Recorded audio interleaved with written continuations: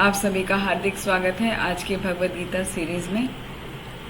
और आज हम लेने वाले हैं भगवत गीता में कि निष्काम कर्म योग क्या है और जो कर्म का कौशल है, आर्ट ऑफ स्किल या आर्ट ऑफ वर्क क्या है, वो आज का विशेष टॉपिक है। तो आइए आज हम अपने सत्र का शुरुआत करते हैं मंगलाचरण से। ॐ अज्ञानतिमिरन्धस्य ज्ञानञ्जनाशलाकया चक्षुरुन्मिलितं येन तस्मै श्रीगुरवे नमः। श्रीचैतन्यमनोभीष्टं स्थापितं येन भूतले स्वयं रूप कदा मह्यं ददाति स्वपदान्तिकं। वन्देऽहं श्रीगुरो श्रीयुतपदकमलं श्रीगुरुं वैष्णवांश श्रीरूपं साग्रजातं सहगणरघुनाथान्वितं तं सजीवं साद्वैतं सावधूतं परिजनसहितं कृष्णचैतन्यदेवं श्रीराधाकृष्णपादान् सहगणललिता श्रीविशाखान्वितांश। हे कृष्ण करुणा सिंधु दीनबंधो जगतपते गोपेश गोपिका कांत राधा कांत नमोस्तुते। तप्त कांचना गौरांगी राधे वृंदावनेश्वरी वृषभानुसुते देवी प्रणमामि हरिप्रिये। वाञ्छाकल्पतरुभ्यश्च कृपा सिन्धुभ्य एव च पतितानां पावनेभ्यो वैष्णवेभ्यो नमो नमः। गुरुवे गौरचन्द्राय राधिकाय तदालये कृष्णाय कृष्णभक्ताय तद्भक्ताय नमो नमः। मूकं करोति वाचालं पङ्गुं लङ्घयते गिरिं यत्कृपा तम् अहं वन्दे श्रीगुरुदीनतारिणं परमानन्दमाधवं श्रीचैतन्येश्वरं। कृष्णाय वासुदेवाय देवकीनन्दनाय च नन्दगोपकुमाराय गोविन्दाय नमो नमः। नमो विष्णुपादाय कृष्णप्रेष्ठाय भूतले श्रीमते भक्तिवेदान्त स्वामिनिति नामिने। नमस्ते सारस्वते देवे गौरवाणी प्रचारिणे निर्विशेष शून्यवादी पाश्चात्य देशतारिणे। जय श्री कृष्ण चैतन्य प्रभु नित्यानंदा श्री अद्वैत गदाधर शिवासादि गौर भक्त वृंदा। हरे कृष्ण कृष्ण कृष्ण हरे हरे हरे राम राम राम हरे हरे। ओम नमो भगवते वासुदेवाय। ओम नमो भगवते वासुदेवाय। ओम नमो भगवते वासुदेवाय। हरे कृष्णा। आप सभी का एक बार फिर हार्दिक स्वागत है आज के भगवत गीता सीरीज में। हमारा द्वितीय अध्याय चल रहा है जिसमें हमने श्लोक संख्या 46 तक पिछली बार लिया था, 247। कर्मण्येवाधिकारस्ते मा फलेषु कदाचन मा कर्मफल हेतुर्भुर माते संगोत्स अकर्मणि। तो इसको एक बार शॉर्ट में लेते हैं। इसमें क्या समझाया है? कर्मण्येवाधिकारस्ते मा फलेषु कदाचन, इस श्लोका को 4 स्टेप में समझाया है, जिसमें पहला है कर्मण्येवाधिकारस्ते कि आपको अपना कर्म कर्तव्य करने का अधिकार है। माँ फलेषु कदाचन, आपको उसके कर्म के फल के आप अधिकारी नहीं हो। कि आपको कर्म करना चाहिए और फल जो मिल रहा है आप उसके अधिकारी नहीं हो, वो अपने आप भगवान आपको देंगे। तीसरा पॉइंट, माँ कर्मफल हेतुर्भुर, कि अपने आप को कभी भी अपने कर्मों के फल का कारण मत मानो। आपको किसी कर्म का रिजल्ट मिला है तो आप ये मत समझो कि वो मैंने करा है। Don't feel I am the doer. तो वो तीसरा पॉइंट था कि अपने आप को कभी भी कारण मत मानो। और चौथा, संगोत्सु अकर्मणि, तो ऐसा जानते हुए कि हमको अपना कर्म करना है, हम कर्म के फल के अधिकारी नहीं हैं और ना ही हमें अपने आप को कर्म के फल का कारण मानना है। तो ऐसा सब 3 पॉइंट सोच के हमारे मन में ये विचार आ सकता है तो कर्म करने से क्या फायदा, हम कर्म ही ना करें। तो यहाँ पर 4th पोर्शन में श्लोका के यही बताया है कि आप कभी भी कर्म ना करने में आसक्त मत हो जाओ कि अभी मुझे क्यों कर्म करना, कर्म का फल तो हमारे हाथ में ही नहीं है। तो वो स्थिति नहीं आनी चाहिए कि अभी कर्म का फल हमारे हाथ में ही नहीं है तो मैं कर्म क्यों करूं। तो उससे आसक्त नहीं होना, मतलब आपको लेजी नहीं बनना, आपको एक्टिव रहना है हमेशा। तो यहाँ तक हमने पिछले सत्र में सीखा था। आइए अब लेते हैं श्लोक संख्या 48। योगस्थः कुरु कर्माणि संगम त्यक्त्वा धनंजया सिद्धया असिद्धयो समो भूत्वा समत्वं योग उच्यते। Very good. योगस्थ है कुरु कर्माणि, योगस्थ मतलब हमें समभाव में रहना है। हाँ, योगस्थ मतलब समान भाव में रहना है। कुरु कर्माणि, समान भाव में रहते हुए कर्म को करो। संगम त्यक्त्वा धनंजया, और जो कर्म के प्रति तुम्हारी आसक्ति है उसको क्या करो, त्याग दो। संगम त्यक्त्वा धनंजया, आसक्ति को त्याग दो। फिर सिद्धि असिद्धयो समो भूत्वा, कि हमें सिद्धि प्राप्त हो यानी कि हमें जय मिले या असिद्धि प्राप्त हो यानी हमारी हार हो जाए, हमें पराजय प्राप्त हो, तो उसमें समान भाव से हमें कर्म करना है। सिद्धया असिद्धयो समो भूत्वा, समान रहकर समत्वम योग उच्यते। जब हम ऐसा समान भाव रख कर कि जय है या पराजय है, हम दोनों ही में समान भाव रखते हैं, तो ऐसे समान भाव से कर्म करने को योग कहा जाता है। समत्वम योग उच्यते, ऐसी समानता का भाव ही योग कहलाता है। तो योग का अर्थ हो गया कि हमें किसी भी परिस्थिति में अपने आप को समान भाव रखना है। मतलब कि कभी भी हम पे दुख आए, सुख आए, हानि हो, लाभ हो, जय हो, पराजय हो, सर्दी हो, गर्मी हो, जो मन का भाव है वो समान होना चाहिए। जनरली क्या होता है, किसी ने आपको बहुत रेस्पेक्ट दिया तो आप खुश हो जाते हैं, और किसी ने आपका डिसरेस्पेक्ट किया, आपको क्रिटिसाइज किया, आपकी आलोचना की, तो आपको खराब लगता है। तो ये जनरल एस्पेक्ट है, वो सभी के साथ होता है। लेकिन जब इस अच्छे लगने और खराब लगने वाली स्थिति से हम ऊपर उठ जाते हैं तो वही कहलाता है योग। तो ऊपर कैसे उठना है वो यहाँ पर बताया है कि योग का अर्थ है हमारी जो इंद्रियां हैं, इंद्रियां मतलब जो हमारी 5 नॉलेज गेन इंद्रियां हैं, हमारी आईज, हमारी नोज, हमारी ईयर्स, हमारी टंग और स्किन, यानी कि हम क्या देख रहे हैं, क्या सुन रहे हैं, क्या हम स्मेल ले रहे हैं, और क्या हम खा रहे हैं, बोल रहे हैं, और क्या हम टच कर रहे हैं। तो उन इंद्रियों के द्वारा जो हम ज्ञान प्राप्त करते हैं उसी की वजह से हमको सुख और दुख की अनुभूति होती है।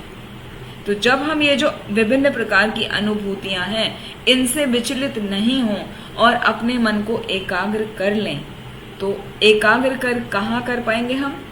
अपने मन को हम भगवान पर एकाग्र करते हैं, तभी हम अब स्थिति में कहलाते हैं कि हम योग की स्थिति में आ गए, हम समान भाव हो गए।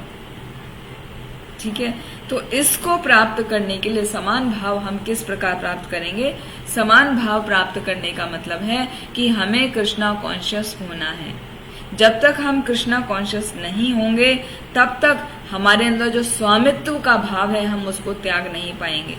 स्वामित्व का भाव मतलब हमारे अंदर कंट्रोलरशिप, प्रोपराइटरशिप, एंजॉयमेंटशिप, ये 3 भाव रहते हैं। ये पिछले सत्र में समझाया था। आप पिछला वीडियो देख सकते हैं, वहां पर डिटेल में समझाया गया है। तो ये जो 3 भाव हैं वो स्वामित्व का भाव है कि मैं ही कंट्रोलर हूँ, मेरे अनुसार सब काम होना चाहिए, मेरे अनुसार काम नहीं होगा तो मैं क्या, फिर जो मेरी इच्छा आएगी वो मैं करूंगा। किसी को दंड दूंगा, किसी को मैं पारितोषिक दूंगा, मतलब किसी को इनाम दूंगा, किसी ने मुझे खुश किया तो मैं उसको इनाम दे दूंगा, किसी ने मेरे अनुसार काम नहीं किया उसको मैं डांटूंगा। तो इस तरह का जो स्वामित्व का भाव होता है उसका हमें परित्याग करना है।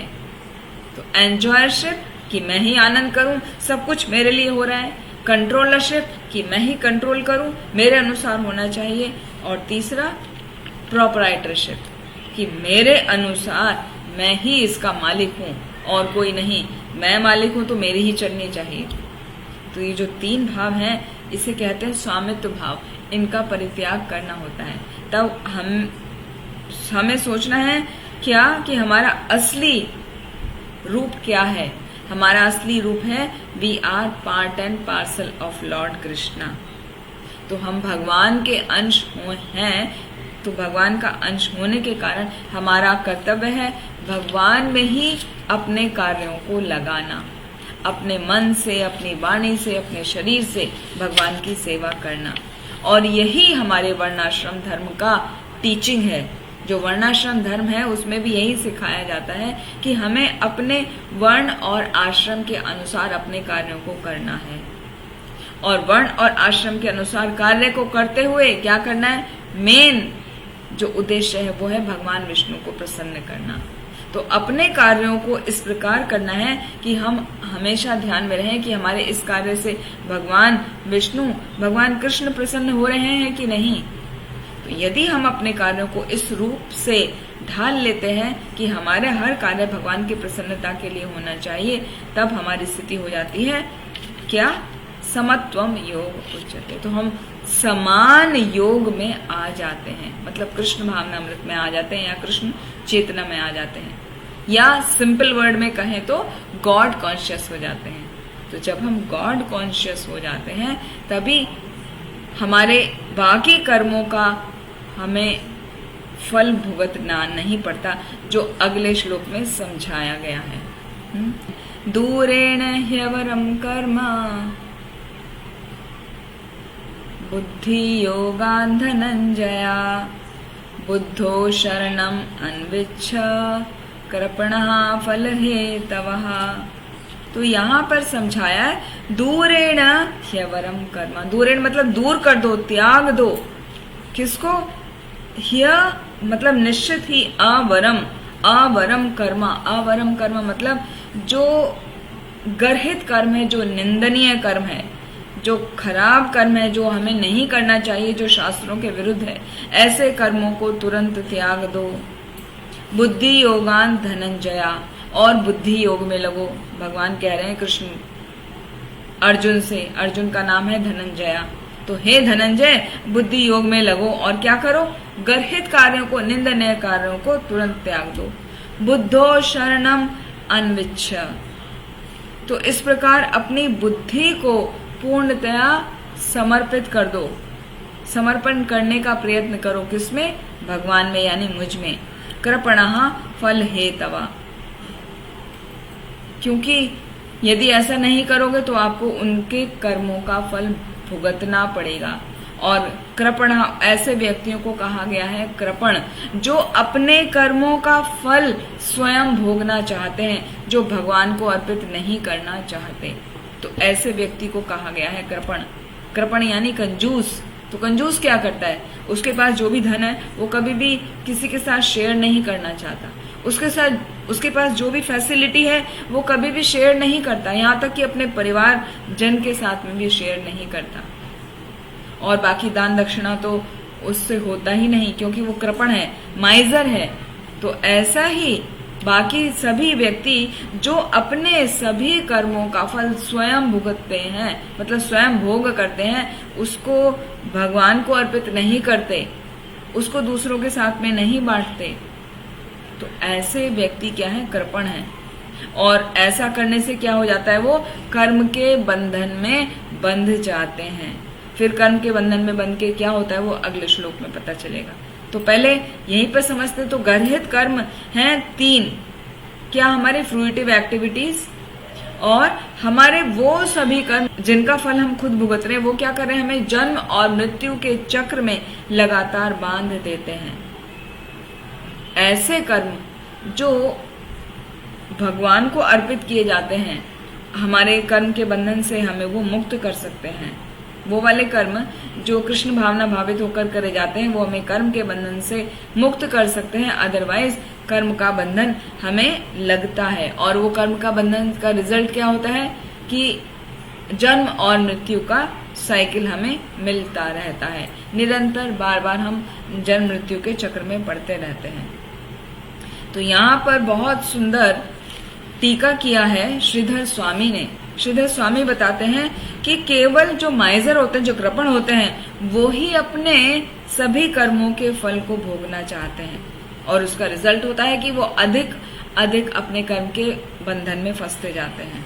लेकिन जो कोई व्यक्ति कृष्ण भावना में आके कर्म करता है, मतलब भगवान को अर्पित करके कर्म करता है या भगवान की इच्छा के अनुसार कर्म करता है, तो वो उसको बंधन में नहीं बांधते।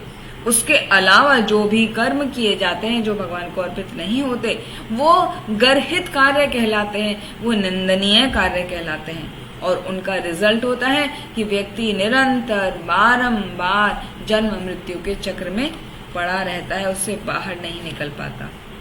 तो उससे बाहर निकलने का एक ही तरीका है कि अपने कर्मों का फल भगवान को अर्पित करते चलो।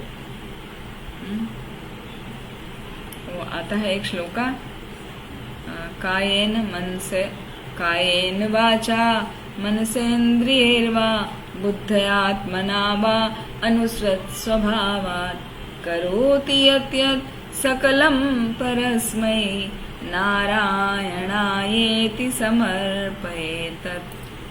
जो कृष्ण भावना भावित होता है, जो भगवान विष्णु की भक्ति करता है, वो हमेशा अपने हर कर्म को भगवान को अर्पित करता है।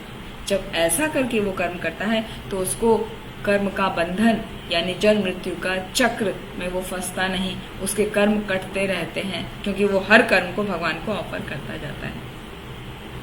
तो हमें क्या करना है, हमको कर्म को करना सीखना है। कैसे कर्म करना चाहिए वो अगले श्लोक में बताया गया है, श्लोक संख्या 50। बुद्धि युक्तो जहातिह उभे सुकृत, वेरी गुड माता जी, उभे सुकृत दुष्कृते, तस्माद् योगाय युज्यस्व,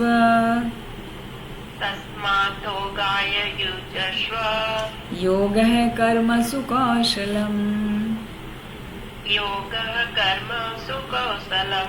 थैंक यू माता जी। यहाँ पे इस श्लोक में ये जो वर्ड है ना, 3 वर्ड, योगः कर्मसु कौशलम, ये बहुत इम्पोर्टेंट है। इस श्लोक में समझाया गया है कि हमें कैसे फ्रीडम मिलेगी अपने अच्छे और बुरे कर्मों से। पहले वाले में तो ये बताया कि हमें बुरे कर्मों से बचना है, अच्छे कर्मों से भी बचना है, क्योंकि उसका क्या लगेगा, वो गर्हित कर्म है ना, उनका कर्म का बंधन हमें लगेगा। तो उन कर्म के बंधन से कैसे मुक्त होंगे इस श्लोक में बताया है, योगा कर्मसु कौशलम।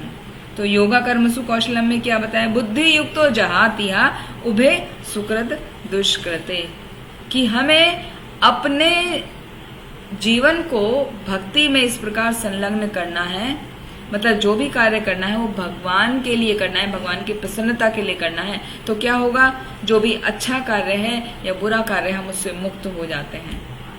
और जो भक्ति में कार्य किया जाता है जिससे हम अच्छे बुरे बंधन से मुक्त हो गए, वही कार्य का कौशल कहलाता है, जिसे कहा गया योग है कर्मसु कौशलम। और वही है art of work, how we should do work, what is real skill to do work और what is art of work.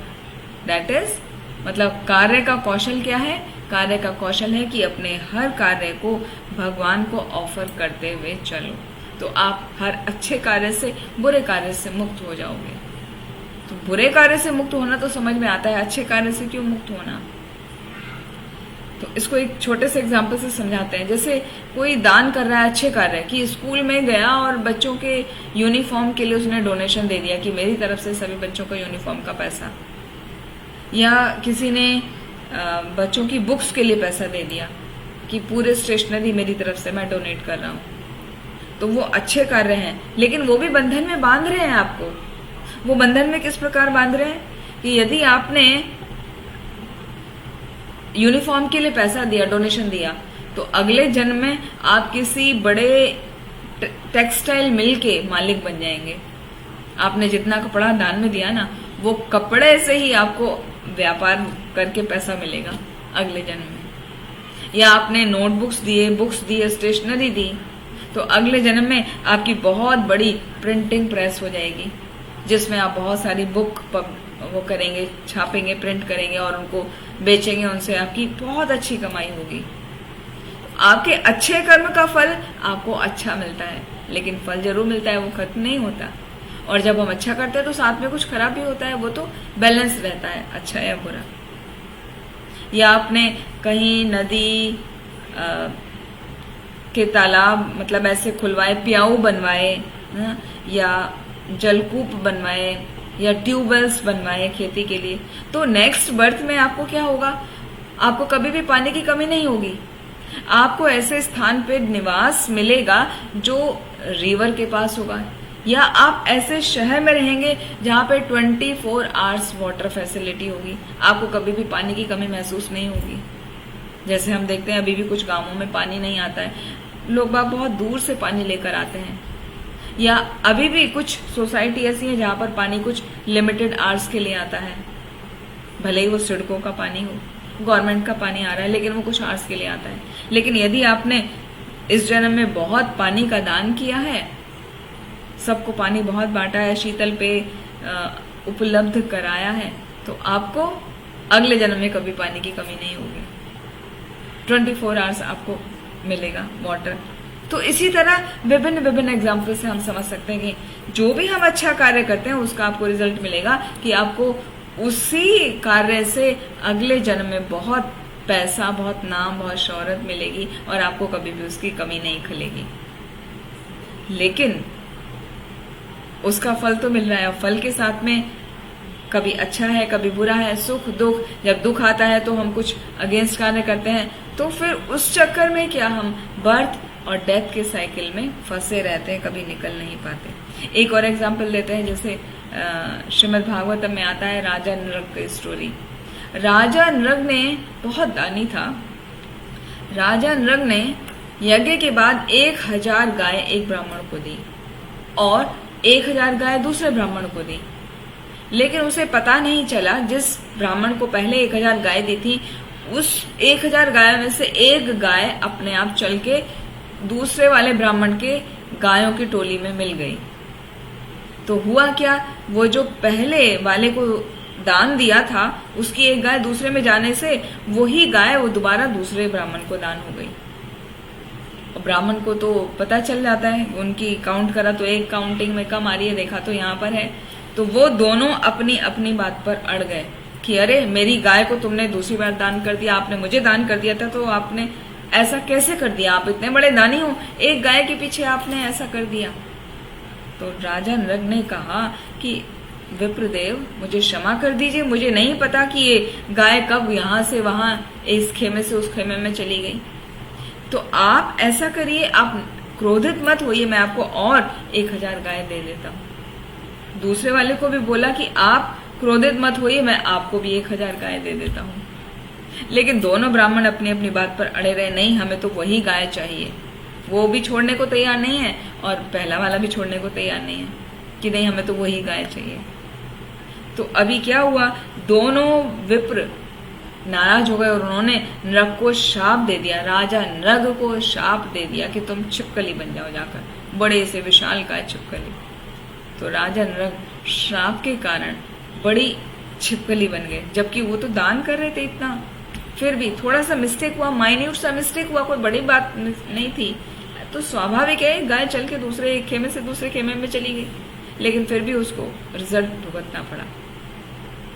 लेकिन राजा नृग ने बहुत दान दक्षिणा करी थी, मंदिर को बनवाने के लिए बहुत सेवा की थी और बहुत दान दिया था, तो उस दान का असर ये हुआ कि राजा नृग जब छिपकली के रूप में थे तो भगवान कृष्ण जब वहां आए तो उनके पैर का स्पर्श मात्र से उनका उद्धार हो गया। हाँ, वो छिपकली से वापस ह्यूमन फॉर्म में आ गए, विष्णु दूत रूप में आ गए, तो इस तरह उनका उद्धार हुआ। तो यहाँ पे जो स्टोरी से समझाने की कोशिश की जा रही है वो ये बताया जा रहा है कि आप चाहे अच्छा ही कर्म करें, लेकिन छोटा बहुत मिस्टेक तो किसी से भी हो सकता है। भले आप उसके बहुत ही योग्य हैं, उससे भी ज्यादा समर्थ हैं, तब भी छोटा सा मिस्टेक तो हो सकता है, मगर उसका हमें रिजल्ट जरूर भुगतना पड़ता है। तो योग है कर्मसु कौशलम का मतलब यही है कि हम अपने आप को उन अच्छे या उन बुरे कार्यों से अपने आप को पूरा मुक्त कर लें, और उनको मुक्त करने का तरीका है कि हमें कृष्ण भावना भावित होकर कार्य करना चाहिए। मतलब अपने हर कार्य को भगवान को ऑफर करते हुए करना चाहिए कि भगवान हम आपके ही लिए ये कर रहे हैं, आपकी खुशी के लिए कर रहे हैं। चाहे हम पढ़ाई कर रहे हैं, स्टूडेंट हैं, तो हम उसके हिसाब से कि भगवान आपकी प्रसन्नता के लिए हम पढ़ रहे हैं, हम जॉब कर रहे हैं, बिजनेस कर रहे हैं कि आपके प्रसन्नता के लिए हम ये कर रहे हैं, और उतना अमाउंट निकाल के हम भगवान की सेवा में लगाएं, भगवान के भक्तों की सेवा में लगाएं, वैष्णवों की सेवा में लगाएं, जो भगवान के प्रचार करते हैं उनके सेवा में लगाएं। तो इस प्रकार से हम जब कार्य करते हैं तो यह कहलाता है योगः कर्मसु कौशलम, art of work, art of real work, कि कैसे कार्य हमें करना चाहिए। तो इस तरह करते करते हमें फ्रीडम हो जाएगा बर्थ और डेथ के साइकिल से, जो अगले श्लोक में फिर समझाया गया है। कर्मजं बुद्धि युक्ता ही, कर्मजं बुद्धि युक्ता ही, फलं त्यक्त्वा मनीषिणः, फलं त्यक्त्वा मनीषिणः, जन्म बंध विनिर्मुक्तः, बंध विनिर्मुक्तः, पदं गच्छन्ति अनामयम्, पदं गच्छन्ति अनामयम्। Very good, thank you. इसका अर्थ क्या है? कर्मजम बुद्धि युक्ता ही फलम त्यक्त्वा मनीषिणः। बड़े बड़े मुनिगण, बड़े बड़े ऋषि, बड़े बड़े भक्त लोग ने क्या किया? इस तरह बुद्धि के द्वारा वो लगे रहे भगवत भक्ति में। भगवत भक्ति में लगे रहे तो क्या हुआ? जन्म बंध विनिर्मुक्ता, वो जन्म और बंधन के जो साइकिल है उससे मुक्त हो गए। पदम गच्छन्ति अनामयम, और जब वो उससे मुक्त हो जाते हैं तो कहाँ पहुंचते हैं? ऐसी जगह पर पहुंचते हैं जहां पर कोई कष्ट नहीं होता। वो पदम, परम पद जो है वहां पर पहुंच जाते हैं। तो यहाँ पे वर्ड टू वर्ड ट्रांसलेशन में बताया है कि इस तरह भगवत भक्ति में लगे रहकर बड़े बड़े मुनिगण, ऋषिगण, भक्तगण अपने आप को इस भौतिक संसार के कर्म फलों से मुक्त कर लेते हैं। इस प्रकार वो जन्म मृत्यु के चक्र से छूट जाते हैं और भगवान के पास जाकर उस अवस्था को प्राप्त करते हैं जो समस्त दुखों से परे है। तो समस्त दुखों से परे वाली स्थिति क्या कहलाती है? बिना कुंठा के। तो बिना कुंठा के जो स्थिति है, जो जगह है, वो है भगवान का वैकुंठ। तो जो व्यक्ति अपने आप को अपने कर्म के फलों से मुक्त कर लेता है वो वैकुंठ जाने के योग्य हो जाता है, जैसा कि श्रीमद् भागवतम में बताया गया है। 10वें स्कंद के 14वें अध्याय के 58 श्लोक में आता है, समाश्रिताये पद पल्लव प्लवम महत् पदम पुण्य यशो मुरारे भवाम्बुधिर्वत्स पदम परम पदम पदम पदम यद विपदाम न तेषाम। जिस व्यक्ति ने भगवान के चरणों की शरण ग्रहण कर ली है, वो चरण भगवान के इस तरह नौका के रूप हो जाते हैं, तो वो उस नौका में बैठकर उस शरण को लेकर जो भव सागर है उसको पार कर जाता है। और वो जो उस व्यक्ति के लिए भव सागर सिमट के इतना रह जाता है जितना एक गोवत्स के खुर का चिन्ह, उसके गड्ढे में भरा हुआ पानी, उतना छोटा सा वो हो जाता है विशाल सागर। तो जिसने भी भगवान के चरणों की शरण ली है उसके लिए बहुत ही छोटा हो जाता है भव सागर, मतलब उसके लिए दुख आदि बहुत सिमट के कम रह जाते हैं, वो उनको ज्यादा फील नहीं करता, वो परेशान नहीं होता। इसको कहते हैं भौतिक कष्ट से मुक्ति पाना, यानी वैकुंठ पाना। जो ये हमारा इस जन्म में हम देखते हैं भौतिक संसार में, पदम पदम विपदाम न तेषाम, हर कदम कदम पर कष्ट है, हर जगह हमें दुख ही दुख है। हम कहीं भी जाएं, कहीं भी रहें, कुछ भी करें, कभी भी हम कष्टों से मुक्त नहीं होते। जहाँ नई जगह जाते हैं तो नया कष्ट, हाँ, नए लोगों के बीच में जाते हैं तो नए लोगों का नए तरीके से कष्ट, लेकिन कष्ट से कभी भी मुक्त नहीं होते। तो मुक्ति का मात्र एक ही तरीका है, भगवान की शरण में जाना। और वो हम तभी कर पाते हैं जब हम भगवान को समझते हैं कि वो ही हमारे स्वामी हैं, हम उनके सेवक हैं, हमें सब कुछ उन्हीं को समर्पित होके करना है। और यही कहलाता है कर्मसु कौशलम, यही कौशल है कर्म का। फिर अगला श्लोक लेते हैं। यदा ते मोह कलिलम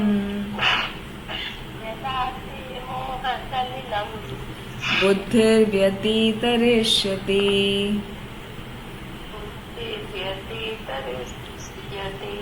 तदा गन्तासि निर्वेदम् श्रोतव्यस्य श्रुतस्य च।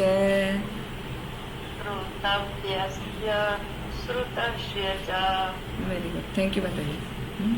तो यहाँ पर बताया है कि ये जो मोह कलिलम, जो हमारी मोह से, मोह मतलब हमारे इल्यूजन से, कि हम सोच कुछ रहे हैं और होता कुछ है, भ्रम जो हमें रहता है, तो उससे जो हमारी बुद्धि है वो कैसी, वो सघन घन से घिरी हुई रहती है। तो जब हम कृष्ण भावना भावित हो जाते हैं तो हम क्या करते हैं, उस सघन वन को पार कर जाते हैं, यानी हम देख पाते हैं कि क्या सही है क्या गलत है। तो इस प्रकार हम क्या अब तक हमने सुना है या क्या सुनने के योग्य है, वो सब के प्रति हम इनडिफरेंट हो जाते हैं, मतलब हम नजरअंदाज करते हैं चीजों को, क्योंकि हमें पता है सही क्या करना है। तो जब हम अपनी बुद्धि को कृष्ण भावना में लगा लेते हैं, यानी भगवान की सेवा में स्थापित कर लेते हैं अपनी बुद्धि को, तो हम हर बाकी चीज को नजरअंदाज कर सकते हैं, क्योंकि हमें पता चल जाता है कि वेदों का उद्देश्य क्या है। वेदों का उद्देश्य है, जो हम वेद पढ़ते हैं उनका मुख्य उद्देश्य है कि हम जो भी कार्य करें वो भगवान की प्रसन्नता के लिए करें। लेकिन शुरू में क्या होता है, वैदिक स्क्रिप्चर पढ़ के वो हमें कर्म कांड में लगाते हैं, क्योंकि उसमें विभिन्न प्रकार के कर्मों का वर्णन किया गया है, उनके रिजल्ट का वर्णन किया गया है। तो वो ही उनसे हम मोहित हो जाते हैं। तो मोहित होके हमको पता चल जाता है, अच्छा हमें ये रिजल्ट चाहिए, तो हम अभी ये वाला कर्म करते हैं, ये वाली पूजा करते हैं, ये वाला यज्ञ करते हैं, ये वाला व्रत उपवास करते हैं। तो वेदों की वाणी ऐसी है जो हमें कर्म कांड में फंसा देती है। हम विभिन्न विभिन्न कर्मों की तरफ अट्रैक्ट होकर कभी सुख का कभी दुख का अनुभव करते हैं, और उसका रिजल्ट वही केवल जन्म मृत्यु का चक्र। तो जब तक हम समझते नहीं कि वेदों का असली पर्पस क्या है, असली पर्पस है वेदों का ये समझना कि हम बॉडी नहीं है, सोल है। तो बॉडी और सोल में क्या डिफरेंस है, हमारे इस शरीर में सोल है और सोल के ऊपर सुपर सोल है, तो वो क्या है, और हमारा पर्पस ऑफ लाइफ क्या है। पर्पस ऑफ लाइफ है कृष्ण भावना भावित होना, भगवान के लिए अपने सब कर्मों को करना। तो जब हम ये चीज समझ जाते हैं तो हम मुक्ति के पथ पर आगे बढ़ जाते हैं। इसी को कहा गया है कि हम हर चीज के प्रति अन्य मनस्क हो जाते हैं, यानी हम उसको अवॉइड करते हैं, फिर हमें फर्क नहीं पड़ता वेदों की वाणी क्या है।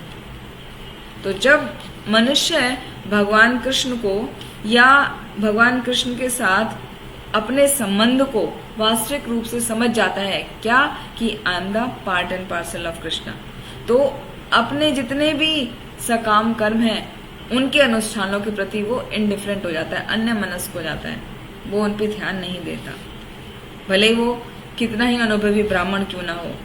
जैसे कि हमारे परंपरा के महान आचार्य माधवेंद्र पुरी ने बताया है, संध्या वंदन भद्रमस्तु भवतो भो स्नान तुभ्यम नमो भो देवा पितरश्च तर्पण विधो नाहं क्षम्यताम यत्र कवापि निषद्य यादव कुलोत्तमस्य कंस द्विषः स्मारं स्मारं अघम हरामि तदलम मन्ये कि मन्येन में।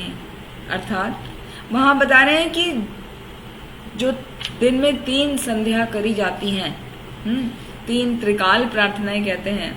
सुबह संध्या के समय, संध्या मतलब जब नाइट खत्म हो रही है और मॉर्निंग हो रही है, उसको संध्या काल कहा जाता है। और दोपहर जब मॉर्निंग खत्म हो रही है और आफ्टरनून चालू हो रही है, वो दोपहर का समय। और तीसरी संध्या कहलाती है जब दिन खत्म हो रहा है और रात शुरू हो रही होती है।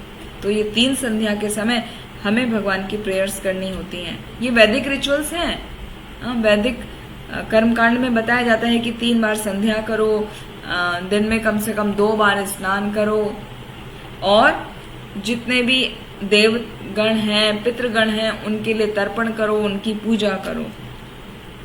तो वहां पर जो शुद्ध भक्त होते हैं वो कहते हैं, जैसे माधवेंद्रपुरी, उन्होंने कहा है कि मैं 3 बार की प्रार्थनाओं आपको प्रणाम करता हूँ। हे स्नान, मैं आपको नमस्कार करता हूँ, नमन करता हूँ। और हे मेरे देवतागण, पितृगण, मैं अभी आपका तर्पण करने में असमर्थ हूँ। और मेरी इच्छा क्या है?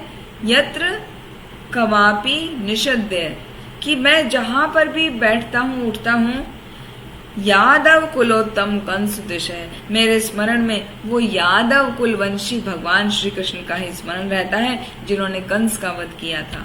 स्मारम स्मारम, मैं उन्हीं को निरंतर स्मरण करता रहता हूँ। तो उनके स्मरण करने से क्या होता है? अघम हरामी, अघम मतलब पाप हर जाते हैं, मेरे सारे पाप नष्ट हो जाते हैं।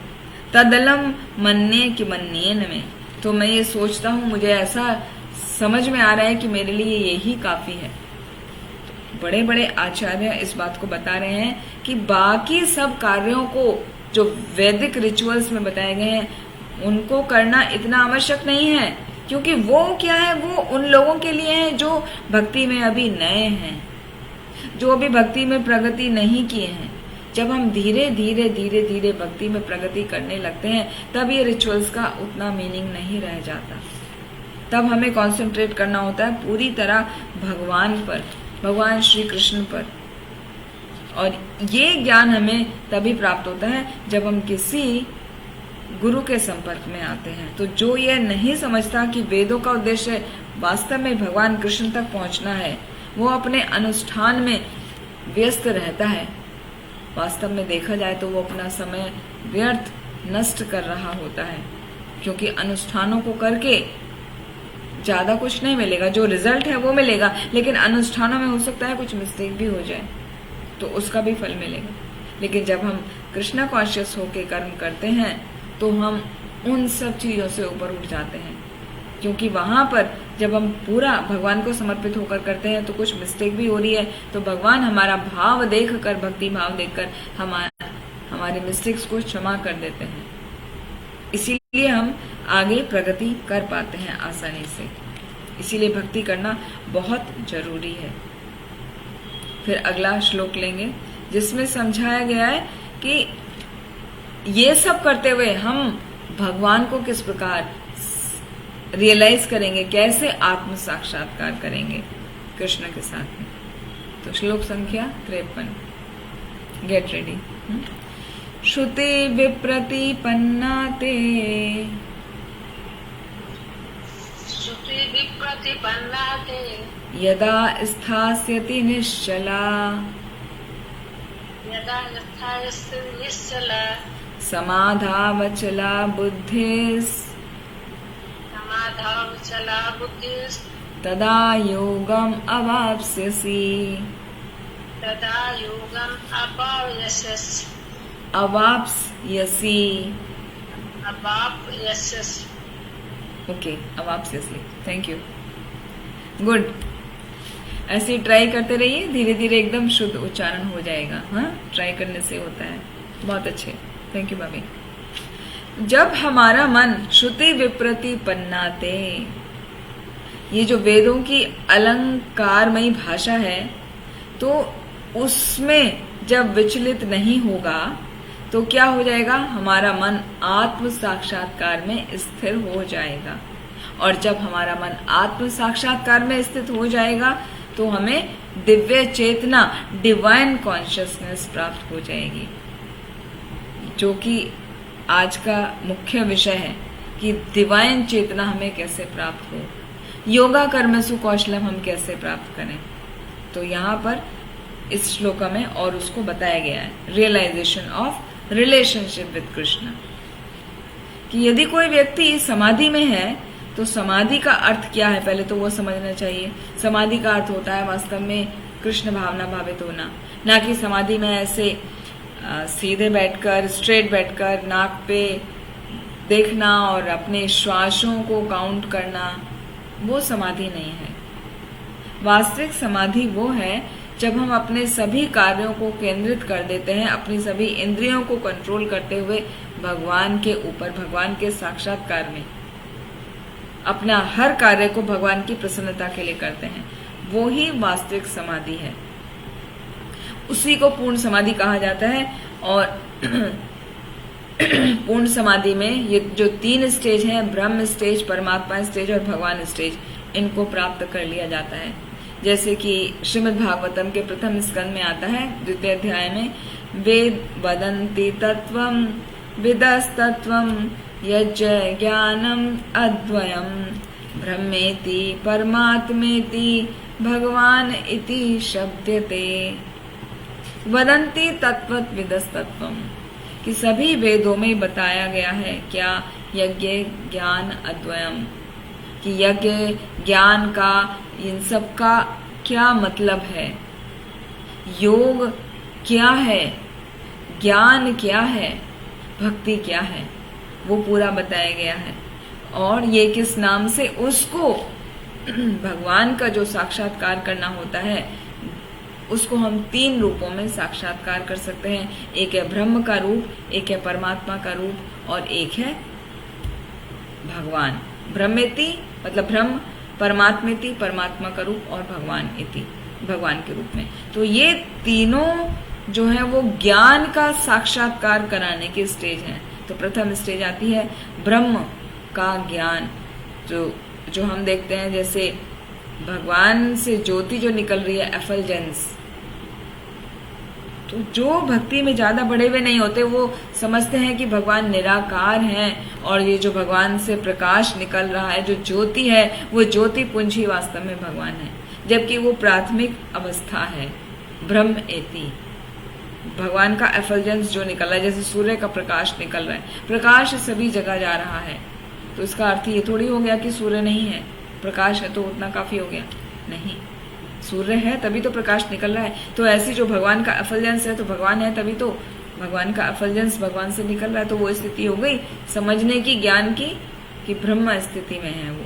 परमात्मा स्थिति वो हो गई जो और उससे आगे बढ़ा चढ़ा है, कि ये जो रेज हैं वो कहाँ से आ रही हैं, वो सूर्य से आ रही हैं।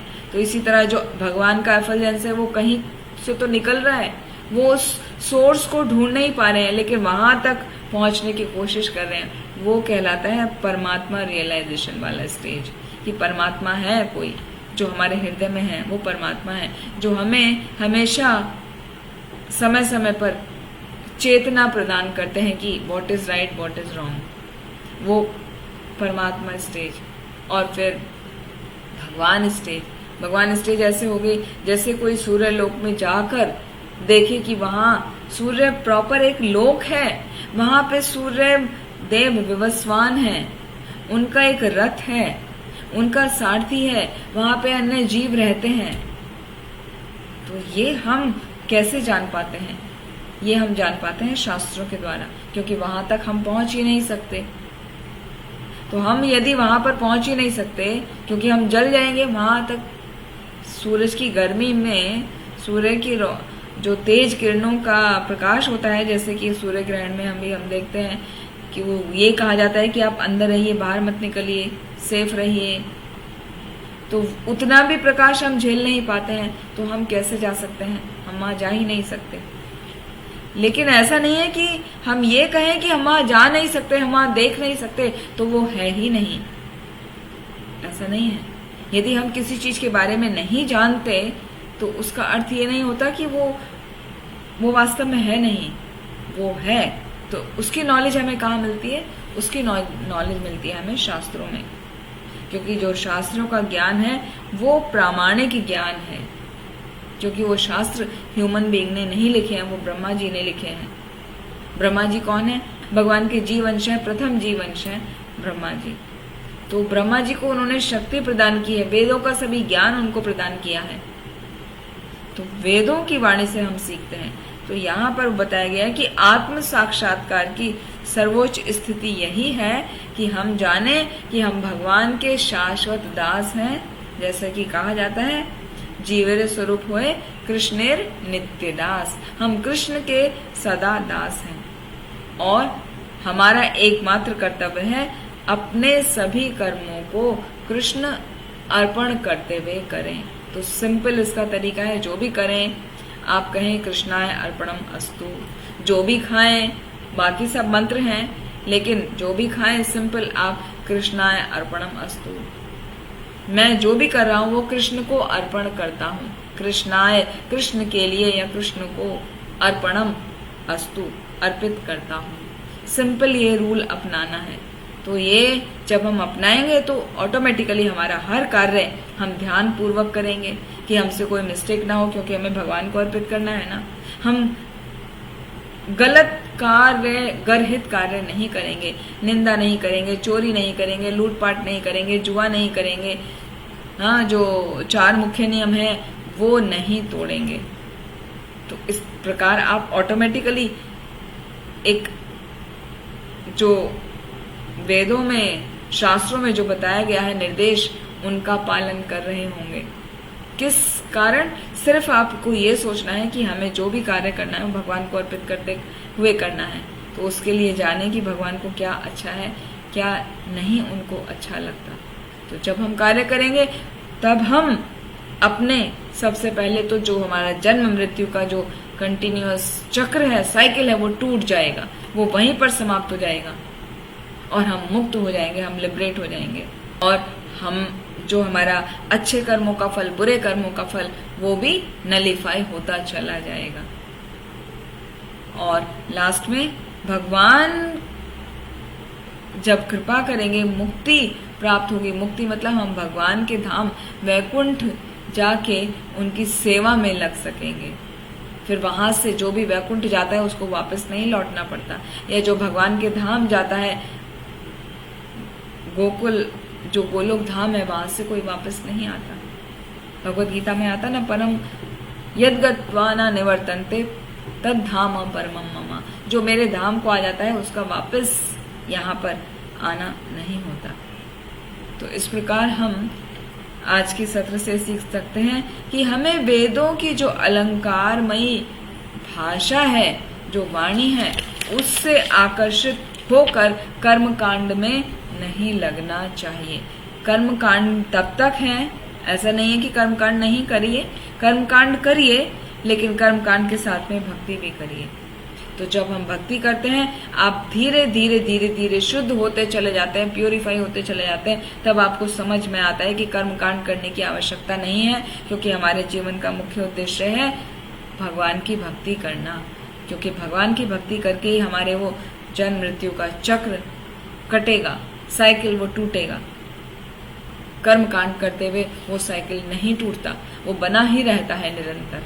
तो अनंत काल तक, अनंत युगों युगों तक हम बार बार आते जाते रहते हैं विभिन्न रूपों में। जब हम अच्छा कार्य करते हैं तो हो सकता है हम कभी देवता भी बन जाएं, और जब हम बुरा कार्य करते हैं तो हो सकता है हमारे कर्मों के अनुसार कितना हमने डिग्री में खराब कार्य किया, तो बुरे व्यक्ति या पशु योनि या वृक्ष योनि कुछ भी मिल सकता है। और अच्छा करते हैं तो हम ह्यूमन बीइंग की भी 4 लाख योनियां है ना, तो उसमें बेस्ट बेस्ट बेस्ट होते चलाएं, और उसके ऊपर फिर देवता, तो वहां तक पहुंच सकते हैं।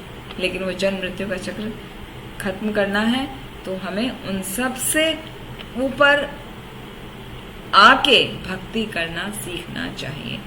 और भक्ति करने का मात्र तरीका है कि जो भी कार्य करें वो भगवान को अर्पित करते हुए चलें।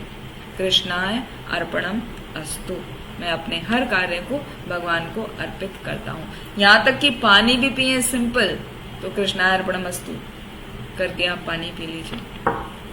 आप जो भी कर रहे हैं सिंपल, खा रहे हैं, पी रहे हैं, सो रहे हैं, जाग रहे हैं, आपको पूरा मंत्र नहीं आता, कायेन वाचा मन से इंद्रियर्वा, जो पूरा मंत्र हमने बोला वो पूरा मंत्र नहीं आता, डोंट वरी, डरने का आवश्यकता नहीं है। आप सिंपल कृष्णा अर्पणमस्तु या हरि गुरु वैष्णव प्रीति अर्थे अस्तु कि ये भगवान की प्रसन्नता के लिए, गुरु की प्रसन्नता के लिए और वैष्णव की प्रसन्नता के लिए मैं कर रहा हूँ। तो जब हम ऐसा करते हैं तो हम अपने कर्म के बंधन से धीरे धीरे धीरे मुक्त होते जाते हैं। ठीक है, इसी के साथ आज का हम सत्र यहीं पर समाप्त करते हैं। आप सभी का बहुत बहुत धन्यवाद। भगवद गीता यथारूप की जय। श्रील प्रभुपाद की जय। किसी का कोई प्रश्न है तो ले सकते हैं। अगली बार का जो पोर्शन है वो स्थित प्रज्ञ क्या है, वो बहुत सुंदर है, बहुत इम्पोर्टेंट है। वो आप सभी दूसरों को भी बताइए जिससे वो ज़्यादा से ज़्यादा लोग ज्वाइन कर सकें और सीखें।